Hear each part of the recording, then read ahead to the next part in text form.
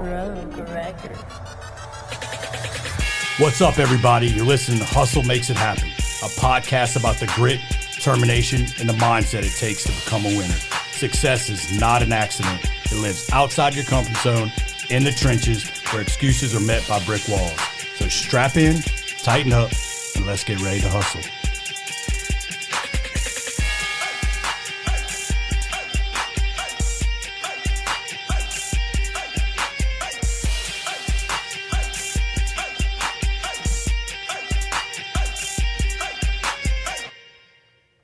What's up, hustlers? Welcome to another episode of Hustle Makes It Happen, the podcast. Guess who's back? We got a full crew today, baby. Gare Bear is back in the house. Been a while. Man, for all you Gare Bear fans, he is back. He's off his long turnarounds and long work nights and diving into nuclear science, whatever the hell he does when he's out of here. That's smart kid shit. That's fun. All right, so look. I'm gonna let Justin introduce Mr. Chris over here. Yeah, man, we gotta have a little bit of history. Yeah, it's actually kind of a funny story. I don't know if we'll get into the whole thing, but before we get into that, we got to do that podcast stuff. We got to say that we need your reviews, we need your likes, we need you to keep watching. I don't want to go through the whole thing, man. It's boring. Website's up, www.hustlemakesithappen.com. Make sure you go there, check out the merch store. We got all our video, audio episodes there. It's a little one-stop shop for all your hustle swag and needs or whatever. Get your little Hustle Makes It Happen fix off the website. Beyond the watches and the likes, the referrals. Yeah, man. The referrals are really coming in clutch right now. Yeah, they really are. So definitely shoot us an email or hit us up on social media and send us some hustlers so we can keep this thing rolling. With all that behind us. Yeah, today, so I've talked about this dude in like 2 or 3 episodes, like the last couple of episodes. It's my buddy Chris Jew. I don't want to take all your thunder. Tell us a little bit about yourself, and then we can talk about some of our stuff later. Yeah, so Chris Jew, Lafayette, Louisiana, born and raised, still there now, and been in the military 13 years, which would probably harken back to a lot of, just like Justin, similarities. So he went to LSU, I went to UL, both graduated, both commissioned right out of the college as officers, so we're both Army officers, both engineer officers. We've been in 13 years, I think, around the same time. Yep. And deployed together last year, and that kind of, I don't say rekindled, but there was no rekindling. It kindled for the first time. But so been doing that for 13 years. On the civilian side, I own a gym. Just opened up a gym. It's a CrossFit gym. So Chase, I'll be picking your mind about that. And also part owner of a food truck and part owner of a gun shop. So just out there grinding, and heard, that's kind of what y'all talk about on this podcast. So I figured that's what we're here for. Might as well talk about it. So, I've heard about Chris through you, and then now we can look at each other through the telescope of Facebook, me and Chris, but now I get to meet him in person. But so I love this because he's a multifaceted hustler. He's out there grinding in all these different areas. And that to me says a lot because I've done it. Right. I've done it. I've had my hands in a lot of different things. Some have failed, some have led to success, some I've built, grown, and sold. But I love the multifaceted. I love that you were like, yeah, I got this, I got my hands in this, I got hands in this. So I can't really wait to dive off into that. Yeah, so we talk a lot about, I don't want to call it, I think anybody that hustles is a hustler, right? But we talked about when we started the show that there are hustlers on every street corner, on every block, in every neighborhood. And there's people just like all of us, just like Chris, that have families, that work, normal full-time jobs, that try to own multiple businesses, that have their fingers in all these different things. And that's a lot to balance. And it takes a toll on your mentality. It takes a toll on your family. And you really, really have to have the right mindset to do a fraction of what he does or what we try to do. You know what I mean? And that's the kind of stuff we want to pull out in the show. So for those of you that stick around for the show, you're going to hear how a normal, everyday person just like you takes this mentality of hustle and this mindset and grinds through life with it. And that's the value that you're going to take away from this thing. You guys ever think about, this is something that kind of struck me. So when I came home from deployment, Justin was talking about, the land development that y'all do, the business that y'all started. And I came home and I was just fired up. So I came home telling my wife Lauren, hey, we're gonna go like buy some property, and I'm gonna try to replicate this really successful model that some buddies of mine have. And dude, from step one, like from jump, she's like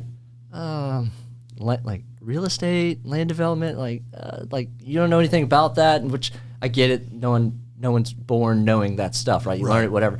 But I had already had the gun shop. It's been going for a few years, and really it's a small scale gun shop. Really, it's calling it a shop's glorifying it. But when the food truck opportunity came up and the gym came up, it was a totally different conversation. It was, yes, go put, that's where your money needs to go. And it was interesting because the 3 side businesses that I have, small businesses that I have, are hobbies of mine as well. Like I love firearms, been a firearms instructor for years.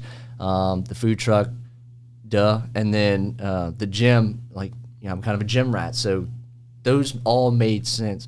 And it got me thinking about people who own businesses that sell or lease or rent out dumpsters. I'm trying to think about, do people get into those businesses simply because they look for niches in the market? So I signed a non-compete to a company since we've been in business called Smash My Trash. But solid name.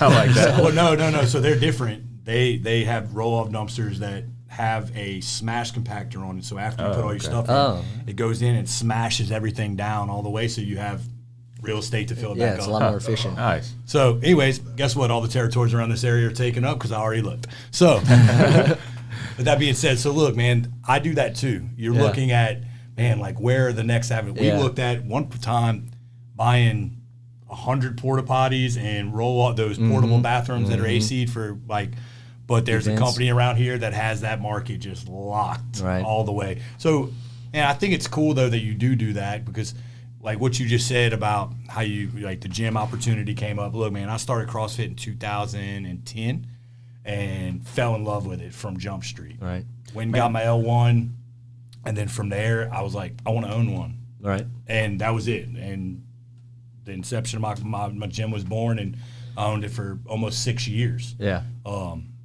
But it's a labor of love. Yeah. feeling that.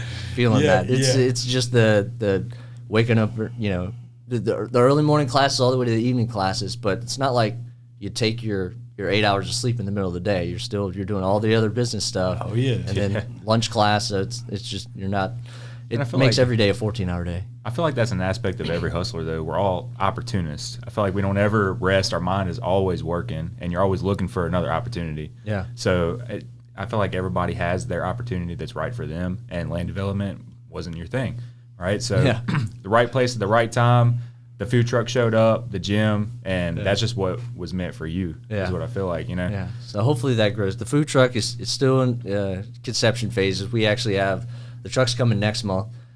So we've done 3 events so far of pop-up events. It's going to be a barbecue food truck. So our pit master, the primary owner, he's just obsessed with it.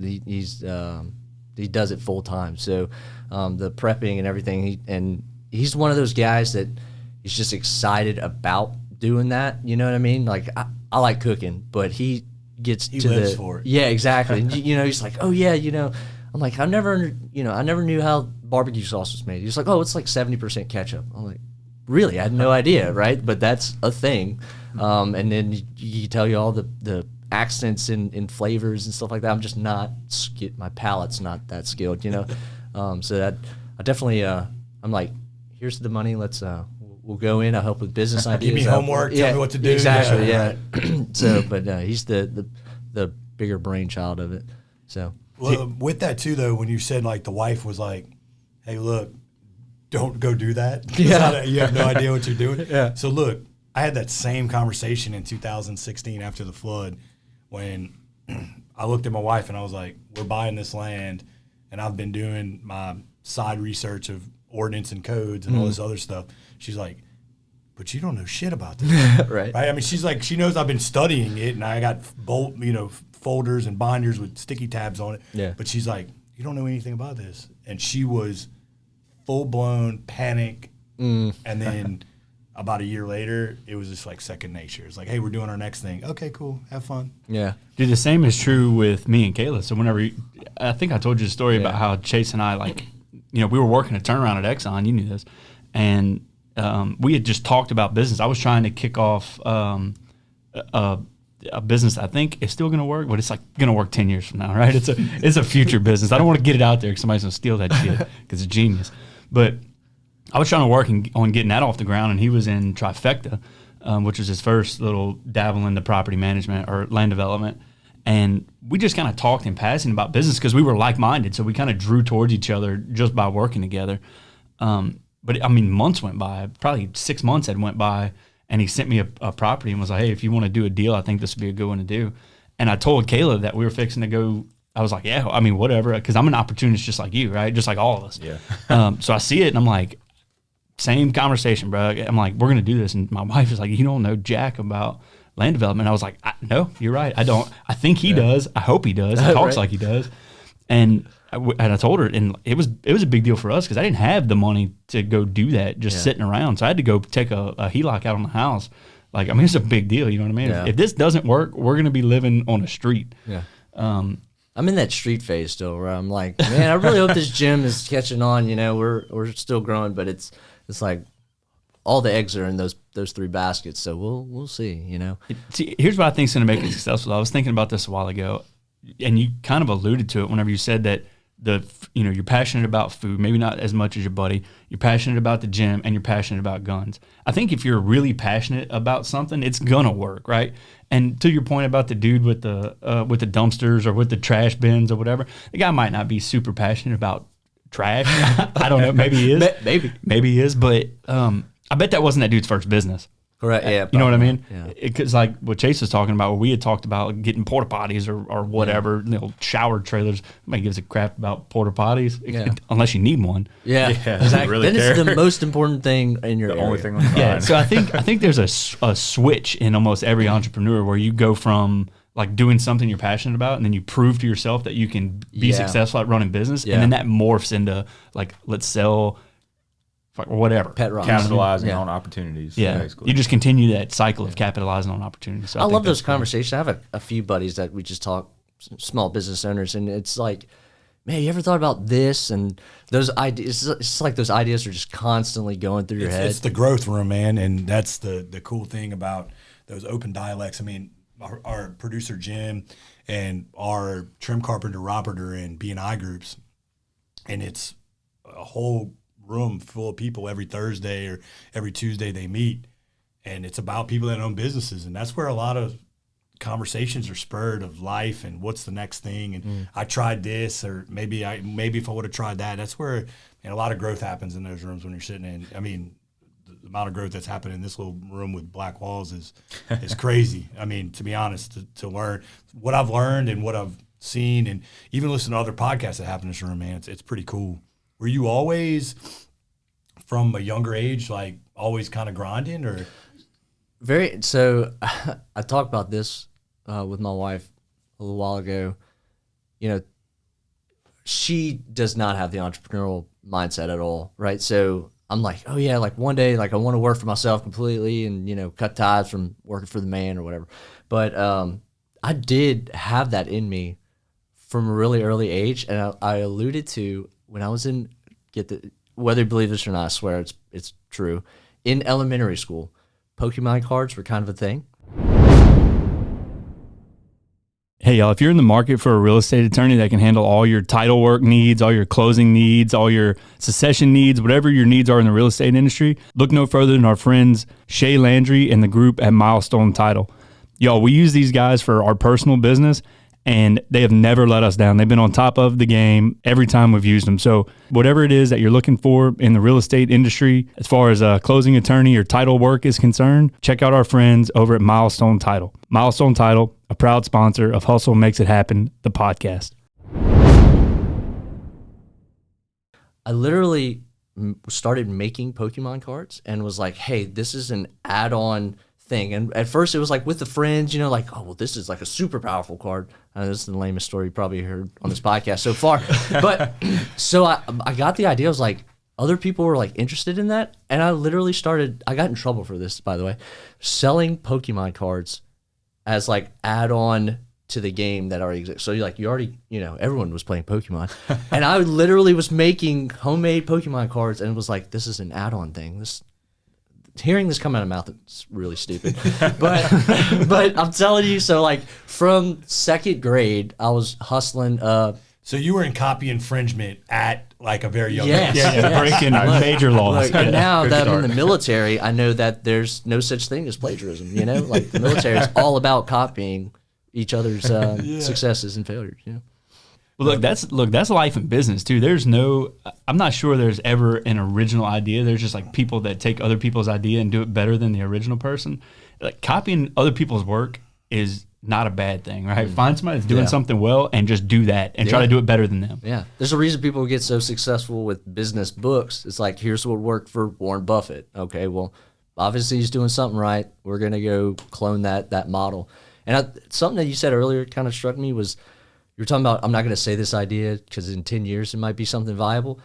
I actually had that conversation with somebody over lunch. We were talking about a business idea, and I was like, I want to hold this private because I don't want anybody to copy it. He said, look, it's not about holding an idea close to your sleeve and then not letting it get out. Here's the thing. You could go out and broadcast, I'm doing this business. It's about actually doing the work that it takes to make that business happen. That's true. Because there's a very small percent of people that are actually going to go put the work in to do 100%. it. 100%. Yeah. I think that's what is going to make the drive. Like name a gym bro that you've ever gone to the gym with who didn't say the words, one day I'm going to open my own gym. Yeah. You know what I mean? How many, like you can't count them on all your fingers and toes, right? So it's like, but how many actually go make a gym, That was, and doing that, that was probably one of the harder business ventures that I had of all these that I've had my hands on, just because I don't think I fully understood like what it took to keep it going. Still learning. Yeah. Go on. Yeah. Please. Yeah, but that one, but I'm gonna tell you that one hardened me. Yeah. Like my give a fuck, my ability to dig my heels in harder. I tell people all the time, I had my wife was working nights at the hospital right after our son was born because she was going to school to be a nurse practitioner. I was teaching 4, 5, 6, and 7 p.m. class with my 3-month-old in a carrier. Damn. In front of me. And like people might be like, oh yeah, whatever. No, try it. Try having a baby. Try snatching with a baby on you. No, not snatching, but try being on your feet with a 3-month-old strapped to your chest, like with clients. Like after they got done their class, they like stick around and help me for 15 minutes, like to hold the baby or to feed him or give him a bottle or something, and then I put him right back in and grab the next class. And I did that for months. But that it hardened me, like brutal, in my ability to like I could do whatever. I will do whatever it takes to keep things going. Yeah, I've been trying to contemplate how to get my little girl to the gym too, and if I can manage that, I have to like put her in a corner or something, Because I mean, she's she's gonna wander around. I don't want with all the weights and stuff, but yeah, that's something that I definitely I'm starting to feel. As we're getting more people and the demand for more classes is coming up a little bit, so I'm probably gonna have to look into that real soon. So I guess you're gonna be faced with the option too soon. Like, do you do it yourself, or it's like that hire or build decision, and that's gonna be a tough one to make, right? But at some point, if you've got multiple avenues and multiple things that you're into, like you really got to consider hiring, but then you got to look at what that does to revenue. And I think part of the reason why we're successful in business now, and I'll give Chase full credit to this, is that like I'll tend to catastrophize stuff because I haven't had enough experience seeing stuff just go absolutely haywire. Yeah. But he's a lot more, when things go wrong, he's a lot more like, bro, it's fine. Like it might suck right now. We're going to get through it. And I think that just comes with repetition or with experience. You know what I mean? Yeah. So, but that's why it's important to surround yourself with other people that have done what you want to do and what you're trying to do. And that's really the whole backbone of the show. Oh, there's no doubt. I mean, I was with so a guy, hopefully that'll be on the show at some point. Me and him have already started some dialogue on it, but Jordan Piazza, he ran for mayor in 2020, and he owns Uncle Earl's. And so me and him were talking, and he's like, yeah. He's like, I've reached success, and I've reached some utter failure. And he's like, what I've learned from those moments. I mean, yeah, I think when you, like we're talking about KT, like he went and put his face everywhere on a billboard and then didn't win. So he's got to live with that every day, you know. And I was like, I really want to dive into that. Yeah. Like, what does that do to the psyche? Like, how does that, like, do you go back at it again? Is that, like, how are you looking at that? And I was like, yeah, I'm going to get this guy on. Yeah. And look, so maybe he doesn't go back in it again, right? Maybe he learned from that experience that wasn't what he was supposed to do. And that's fine, too. We talk about quitting a lot. Like, what do you do when you want to quit? And I forgot, it was somebody in season 1, man. They said there's a difference in quitting because it wasn't the right fit and quitting because you don't think – it might have been Jim, actually. Yeah, like, I think it was Jim's episode. Yeah, quitting on yourself. Yeah, versus... where like it was Jim's episode because he said he's never quit on himself. Like he never felt like – quitting something because it's just not you, it's right? It's not happening. So maybe you have this grand idea and you go pour everything into it and you've really put 100% of your effort into it and failed and decided not to do that again because it just sucked, right? You just failed, so you're like, okay, I can't run for mayor, right? Understood. You're not quitting. You're just recognizing that. Yeah, you're just recognizing that you're. Politics has got to be that one thing. I know we've talked about that before. Like, I want to run for. Man, I don't know. I don't want to be anywhere near that. Justin's going to be the mayor president. I'll leave that up to you. Nah, I don't live in Springfield. I don't live in the city though. So I'm out. Is that what you like? Do you have to be born there? Is it like presidency? You got to be. Yeah, you got to be born in Springfield. Yeah, at the little gas station, it's a real small right pool. outside the Boudin Balls. It's a small pool of potentials, but yeah. With you, we know what you have going on currently. Did you ever own anything that you either opened and closed, or it failed, or you learned some like valuable lessons off of it? So the gun shop we have now, it's me and a partner. Before it was just me, and we I closed the doors on it, but in the view that we could potentially grow. So not yet, which man, I don't know. Knock on wood, like that's. Been fortunate so far, but I have been relatively smart in, if I may say so, that my overheads are reasonably low, right? My investments have been manageable, and it's never been money I couldn't afford to lose, so that I haven't, I don't want to say put it all on the line, but I've been trying to be smart with that, mostly because my wife is like, do you see how much we have in the account? Like, let's, like you can't do all that.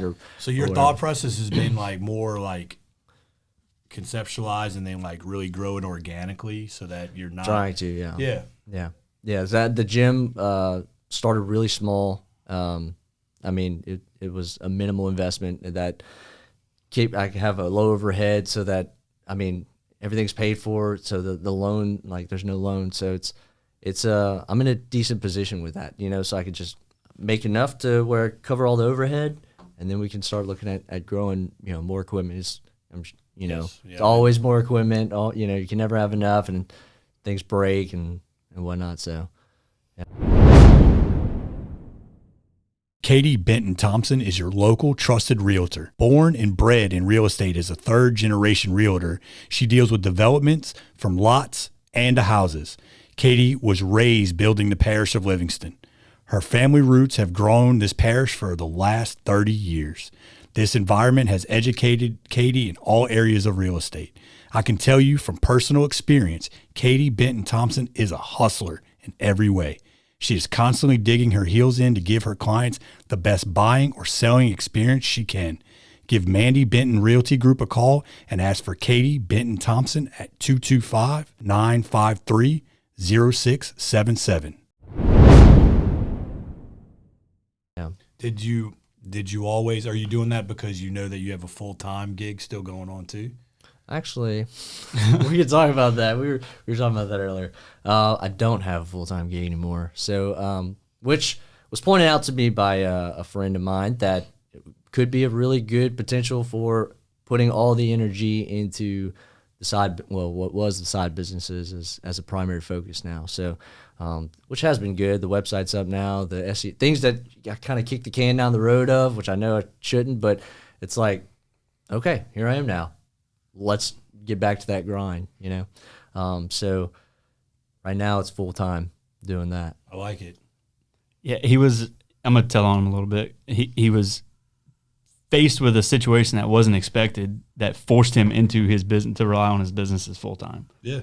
For all the right reasons, in my opinion. We won't get into the details of it unless you want to, but faced with a situation that forced him into the business full time. We were actually talking about it this morning. Just in the 2 weeks since that's happened, I can, like, as an outsider, I guess I'm not like insider, outsider. I'm not directly involved, but I'm watching very closely. I can see the benefit of spending 8 to 10 hours a day on your business. You know what I mean? Just in 2 weeks. It's a CrossFit gym, and anybody that does a CrossFit style gym, so we don't get lawsuited over here. But anybody knows about that knows that, like, that whole concept works around community, right? You have to do a really good job building a community. And a gym that's been open for 3 months? 1 month, 1.5. 1 month, month and a half. They've got a little Facebook group chat that Chris invited me to, and I joined. And the little community of 8 or 10 people or 15 people, or however many are in the group, is probably one of the stronger gym communities I've seen in a while. And I hopped around from gym to gym until I found the one that I landed on in Hammond. But that community is really, really strong, and it's because he's putting 8 or 10 hours a day into it, posting results from the morning classes, posting results from the noon classes, and then really doing a good job encouraging other people to get involved and post their results. You know what I mean?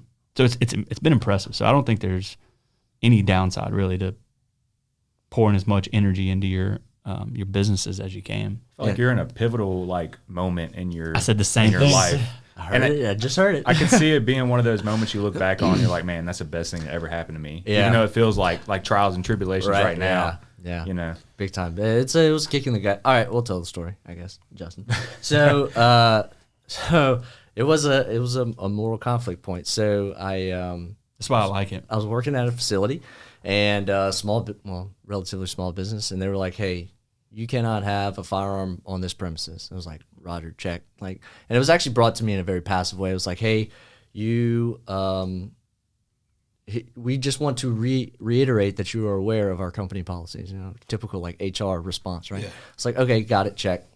So I was working in a place it's not a gated facility. It's not there's no locks on doors. It's a fairly open campus of access, and it's in I don't want to say a troubled area, but there's some questionable locations around the facility. And I was like, in my head, the mentality that went behind that is, okay, so I understand your policy, but also I understand the level of risk that's around the area. So continue doing what I do, which is ensure my security. And then it was brought up again in a more hostile version, and it was like, hey, HR will be in touch with you on how we're going to approach this situation. So they ended up canning me for that. But the conversation that I had was, look, in my opinion, a privately owned business absolutely has a right to do what they want to do in their facility. With that, there's an implied, you are now taking the onus, and in my opinion, you're now taking the onus that you are going to ensure my security, right? So, and I think this applies in the government sense of ways too. Like, hey, you cannot carry here. Okay, cool. Well, then I hope somebody else who is carrying that you do allow is there, because if things pop off, that's on you now, because you no longer allowed me to defend myself. So that's my mentality on that, and it was a conflict area. So that's where that happened. I commend you for standing your ground. Yeah, I had to do that twice in the past year, man. It's been rough. It's all right, man. I call it making waves, but it's standing up for what you believe in. Yeah. It's rough right now, but we're getting by, and luckily the businesses are to a point where they're paying for themselves. So not seeing any of the real benefits where I'm carrying, I haven't bought the Lamborghini yet, but yeah, they're keeping me afloat. So good. That's going. Good. Yeah, I think there's a lot of value. I think there's a ton of value in knowing what you place emphasis on, like what are your values, right? And then not compromising in those values. So the risk that he took was knowing that carrying a firearm at that job was a policy violation. I mean, it's brought to his attention, right? This is a policy violation, but like his value is on his safety, his family safety. And what's funny is his boss told him, you correct me if I mess this story up, but his wife works at a school, right? She's a teacher. And there was 2 incidents at the school where the school had to go on lockdown because there was threats against the school. And whenever his boss confronted him about carrying a gun, he used the school that his wife worked at being on lockdown as a reason why he should not carry a gun. And this comes from a dude that like is adamant about concealed carry, very constitutional in gun laws. Like that's his personal views. And the boss is like, well, I mean, you can't carry a gun, man. Guns get a bad rap right now. I mean, there was just 2 lockdowns at the school, right up the road. And he was like, yeah, the school my wife works at. Like that's why I carry, bro. Like it was like I'm gonna use this to convince you why you shouldn't. It's like I'm gonna tell you that's why you should. No, thank you for helping me prove my point. Exactly. Yeah. So knowing what the policy was, and then knowing what his values were and what ground he was standing on, you just like violated the policy. Me and my wife had a really interesting conversation about this, and I want y'all's input because she's not here. She's gonna listen. But she said, we were talking about it. She said, well, that's the rules. Like they should have let him go. And I said, I get it. That is the rule. It was a policy violation. You violated policy. You get fired when you violate policy, right? However, you should not just blindly follow rules because they are the rules. Does that make sense? Oh, you're going to have to speak to me. So me and you are the same person, and our wives are the same person because she's the same way. Yeah, it's the rule. It's the rule. She was like, I don't understand why y'all are even talking about it. Like, he got fired because he broke the rule. And I was like, yeah, but the rule is ridiculous. Like, it shouldn't exist. And I don't know. I got a weird thought about rules, right? I mean, in Nazi Germany in the 40s, like, no Jews were the rule. You know what I mean? Yeah. Yeah, there were some pretty messed up rules. rules. You got to think about, man. You got to think about what you just said, too, because this doesn't apply to just rules. It's about what people choose to do and what they choose not to do. What's applied to one person is not applied to the other person. How do they interpret it? Because we can go down the rabbit hole with that. It will. Like, you can say, hey, man, can we do this? No, I don't do that. I can't do that. I got to do this. And it's like, all right. And then you ask that same person in a different way, or somebody asks them a different way, and they're like, oh, yeah, man, that's cool. We'll be there tomorrow. It's like, shit. Like, well, how did that guy get a different, answer than I did? It was just asked differently with maybe a different context attached to it. And, I mean, y'all know we all work in the corporate world, or he doesn't anymore, but Lucky. But what a flex. But, but in that, I mean, I've seen at certain places of employment someone do something that in the rule, I'm going to quote rule, like it shouldn't be that way. And then like they're sat on this whipping pole and like made to look like they're a shitty employee. And then you got somebody right behind them that does something 2 times worse. And they're like, oh yeah, no big deal. Let me just perception. Yeah. Let me just wipe that off the table real quick. And let's all get back to work, guys. Let's finish this job safe. And it's like, okay, no, that's not the way that should be. I see that constantly in the corporate world, constantly. But we're talking about rules, and what applied to one gentleman or lady didn't apply to the next. And I think that's a flex on, him and like what they chose. I mean, dude, we're in South Louisiana. I mean, they probably could have went through 15 cars in that parking lot and found guns. Yeah, exactly. I mean. And it's a personality conflict with the manager, or right. So we had somebody let go, and I mean he doesn't work there anymore. But and I hope the other person attached to this listens to it because I don't give a fuck. But we had somebody that was he was a line supervisor, and they did this thing during COVID where they like put somebody in the bottom 10%, and the guy they put in the bottom 10% to like turn around his work, prove his performance. Oh, by far was not even close to being the lowest guy.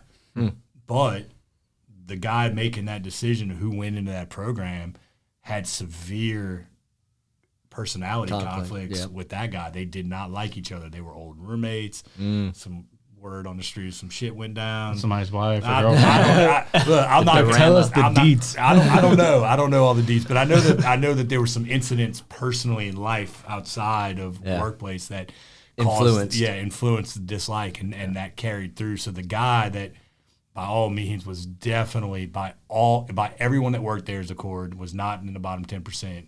Like, they told him, they said, you got 90 days to turn it around, or you got to get on out of here. And he was like, all right, cool. There's the middle finger. Later. See ya.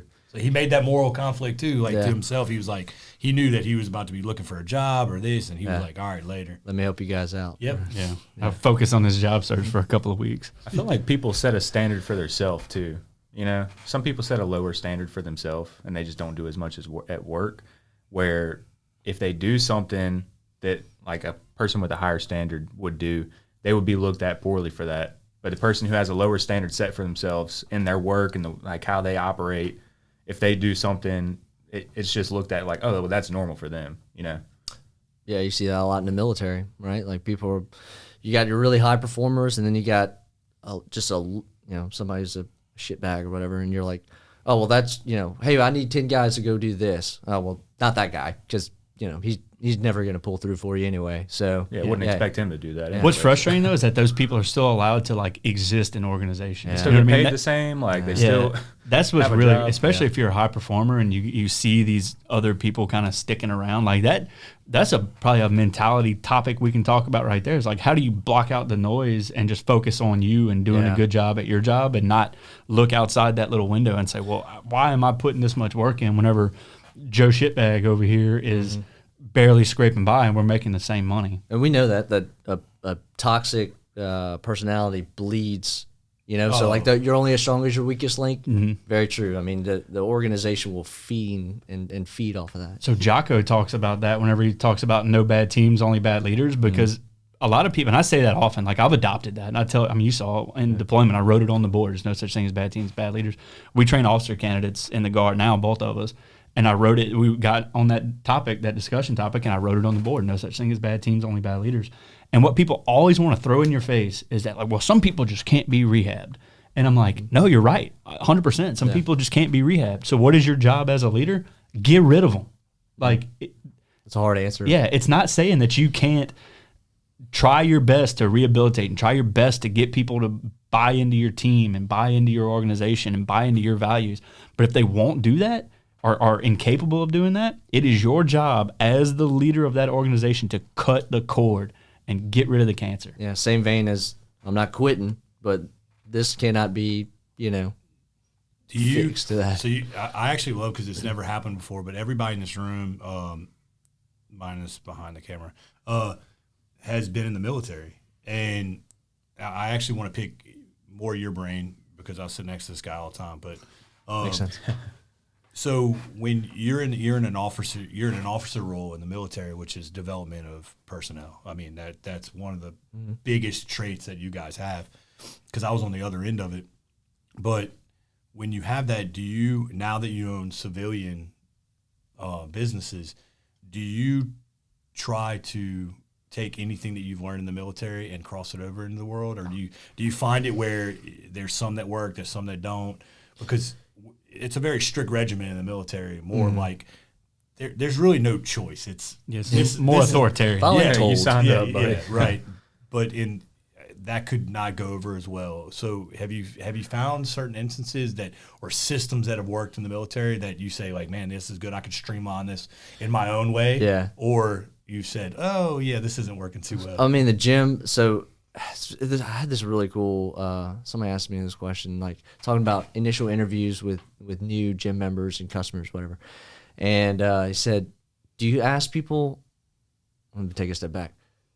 We were talking about what motivates us in the gym. Me, I like getting yelled at, like that straight, like drill instructor, drill sergeant mindset of get in my face and like, tell me I can't do it. Tell me I'm a piece of shit, and I'm like, say less, let's go, right? But that doesn't motivate everybody. If I drill sergeant yelled at everybody who came in the gym, I probably wouldn't have very many members, right? Or maybe I would, I don't know. But the idea that I got was, hey, have you tried doing initial interviews with all your members as they come in, and like while they're signing the papers, ask them kind of a few questions like, what motivates you? Do you like getting your ego stroked? Like, do you like, hey, you could, you're doing a great job, like keep pushing on? Or do you like, hey, you could do more, get your butt up and push, because some people react to that negatively too, right? And the military's the same way. It's, not every soldier responds to get on the ground, maggot, and do this, blah, blah, blah. Some are like, hey, look, dude, I know this is dumb. It's a game. Play the game. Be smarter than the game. And they're like, yeah, I am smarter than the game. I'm like, let's go. So it's you kind of, you wordsmith things a certain way. I think that's a facet of all life. Again, Jocko's podcast, he talks about everything is manipulation. Every relationship you have is about manipulation. The word manipulation has a negative connotation, but that's all you're trying to do anytime you're talking to anybody. When you're trying to convince someone of something or relay your point, you are manipulating them into thinking more in line with the way that you are thinking, right? So you want to push CrossFit as being the best fitness avenue for somebody, well, then you need to sell that. You need to convince them, et cetera, et cetera. And you need to find the right motivators to do it. So that's an interesting concept. Yeah, never heard that. It's true, though. I mean, leadership is just making other people do what you want them to do and making them think that it was their idea.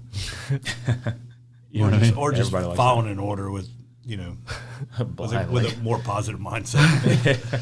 Damn, I got to take this trash out. Yeah. So now you're starting to get, so you're diving in. You're right. You're at a very pivotal point in one of your businesses. Well, actually, no, two, because your food truck's relatively new as well, yep. Right? Yeah. So yeah, that's like until we had the truck. Man, I was having this conversation the other day.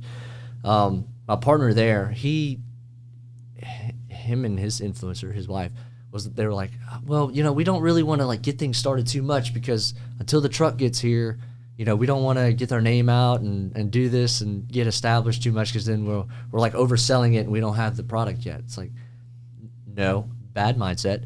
We need to bolster the name. We need to get the name out there. We need to let people know it's coming. Like even if we give, hey, coming in 2023, this food truck or whatever, and we need to go to events. We need to get our samples out, get a taste of our food out to people, and that's gonna drum up that excitement. Build hype around it. Yeah, absolutely. So I did that with the gym when I had my initial order. So it was kind of a pivot on a business, like just taking a business avenue I never thought of. But I had my stuff ordered for my gym, right? This big, massive order of equipment, rowers, this, that, and the other, rig. So I ordered it, and they said your ship date was like 3 weeks later. And I was like, okay, that seems reasonable. It came in 3 days. Everything was sitting on my doorstep 3 days. And I was like, oh, shit.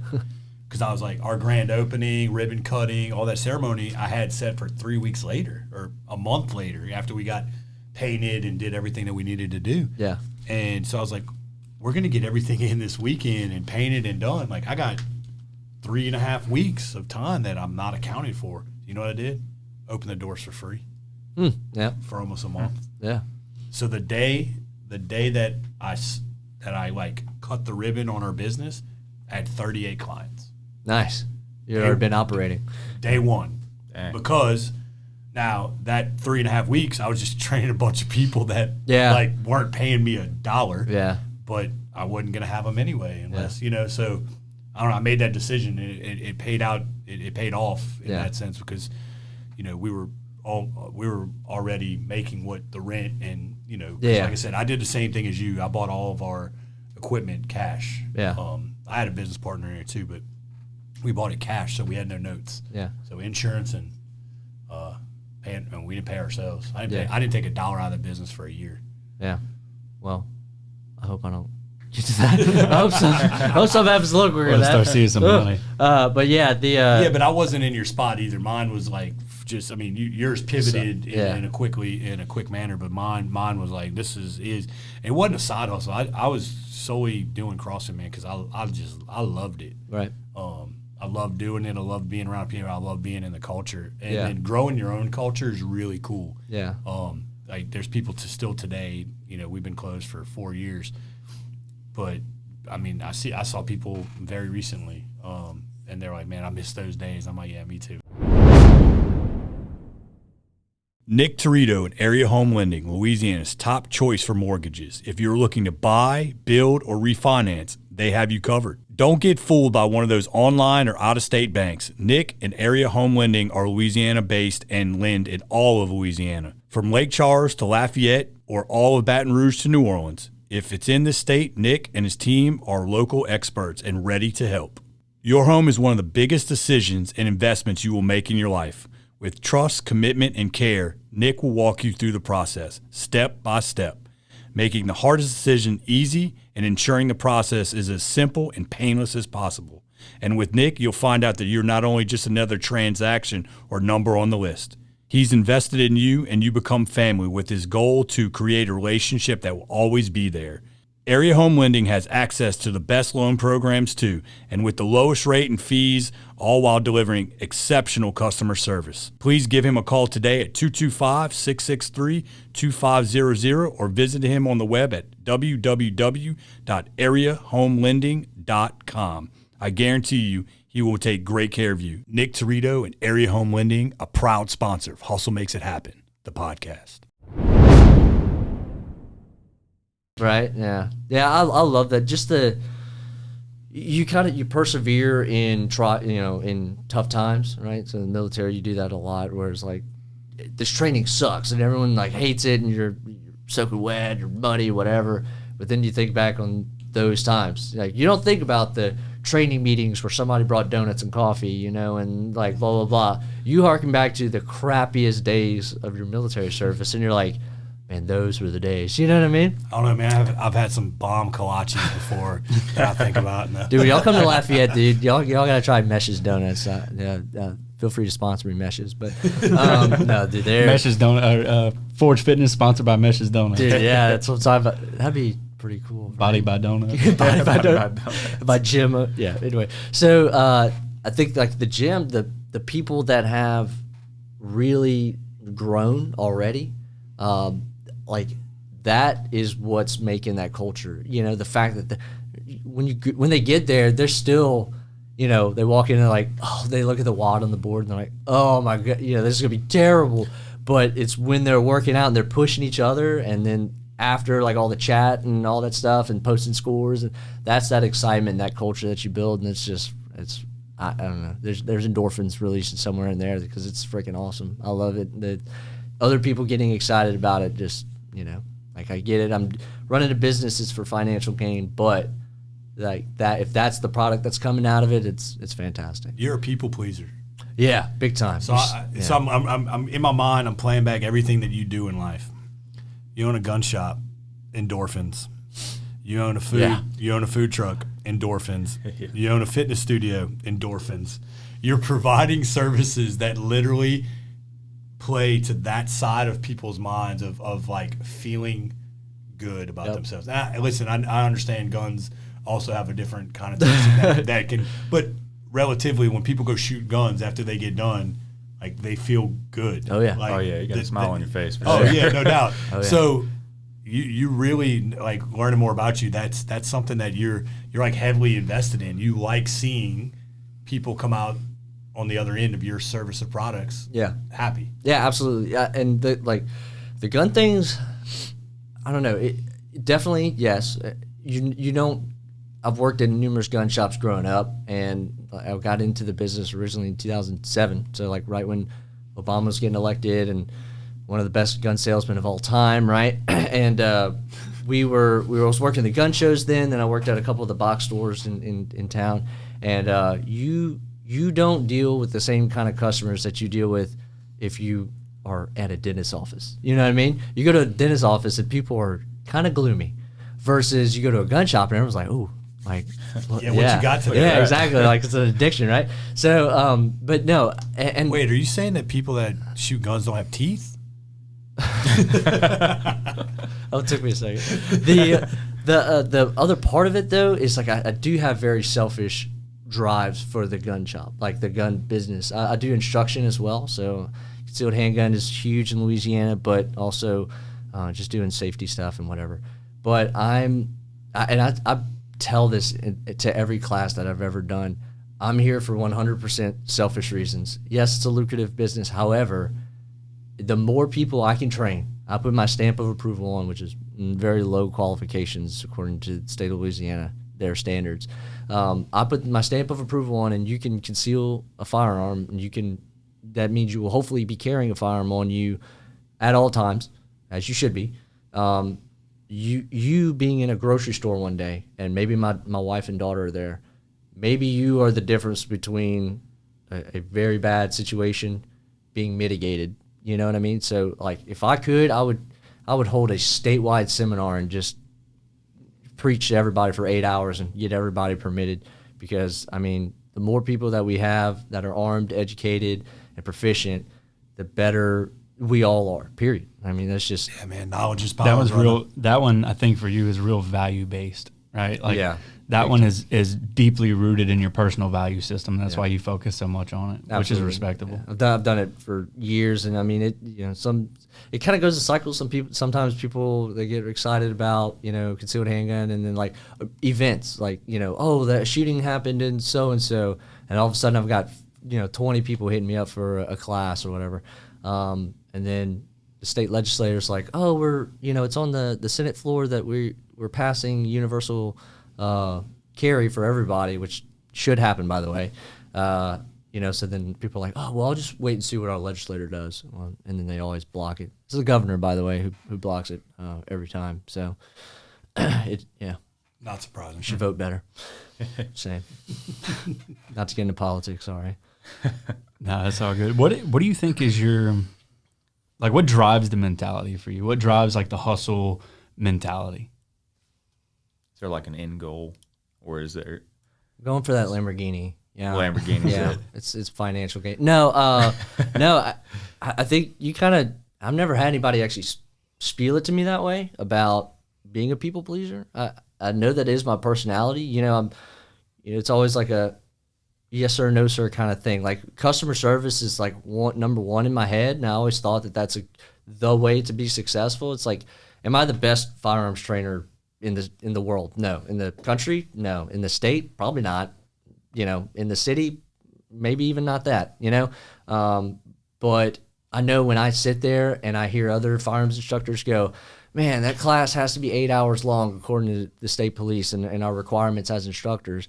And I'm sitting there going, dude, I run out of time because I tell stories. I tell, we talk, usually a large block of time is taken up by just situations and talking about situational awareness, talking about combat mindset, talking about survival. And it's not just about putting bullets or putting holes in people, but also learning how to plug holes. Right, so carrying medical equipment, all those things, all the facets that go into being a responsible citizen, in my opinion, that